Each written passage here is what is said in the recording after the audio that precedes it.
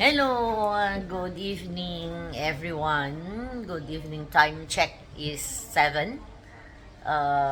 Pauwi na tayo niyan. So, bago tayo mag-umpisa ay shoutout muna sa ating mga subscribers. Maraming salamat sa lahat ng mga subscribers natin dyan. Maraming salamat sa inyong pagsasubscribe. Thank you so much at basta salamat sa lahat ng mga nag-subscribe at saka magsasubscribe pa. Pauwi na tayo neto. So,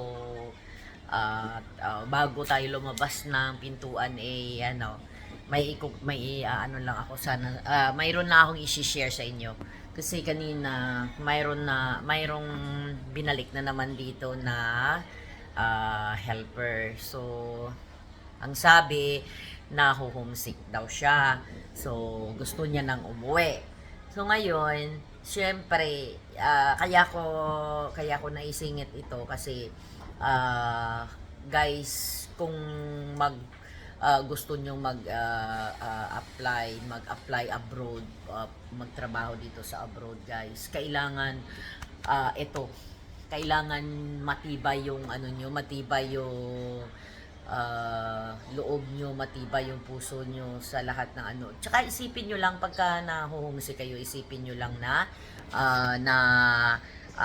kung baga pumunta kayo dito para sa family nyo, sa pamilya, sa mga anak nyo, kung may anak man kayo, kung mga single kayo, para din sa future mo, at saka sa magulang nyo. So, yun lang, ang sa akin lang naman is kung halimbawang nagkaroon kayo ng mga ganong sitwasyon, mga ganong emotion, relax nyo lang, then kausapin nyo yung pamilya nyo, pagtapos ng work nyo, kausapin nyo yung pamilya nyo, o kaya minsan you need to you need to share, open up sa amo mo, ma'am, parang nahuhumsik ako, ganito, pero gusto ko mag-work, yung parang gusto mo lang yung kumbaga may malalabasan ka lang, o kaya i-focus mo sa trabaho mo, ganun. Pero of course, hindi ko sinasabi na i-share nyo sa amo nyo yung yung buhay nyo. No. So, yun lang, guys. So, time check is 7. So, pauwi na tayo niyan. So, yun lang, guys, at basta ingat lang palagi, and God bless. Tsaka yun lang ang natin, na huwag tayong padadaig sa ating emotion. Ang isipin natin is ating future, na mahirap ang maging isang OFW, pero laban lang, laban. Okay.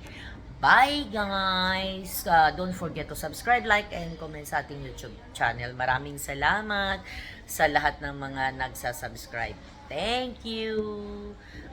Tsaka, God bless. Keep safe. Bye!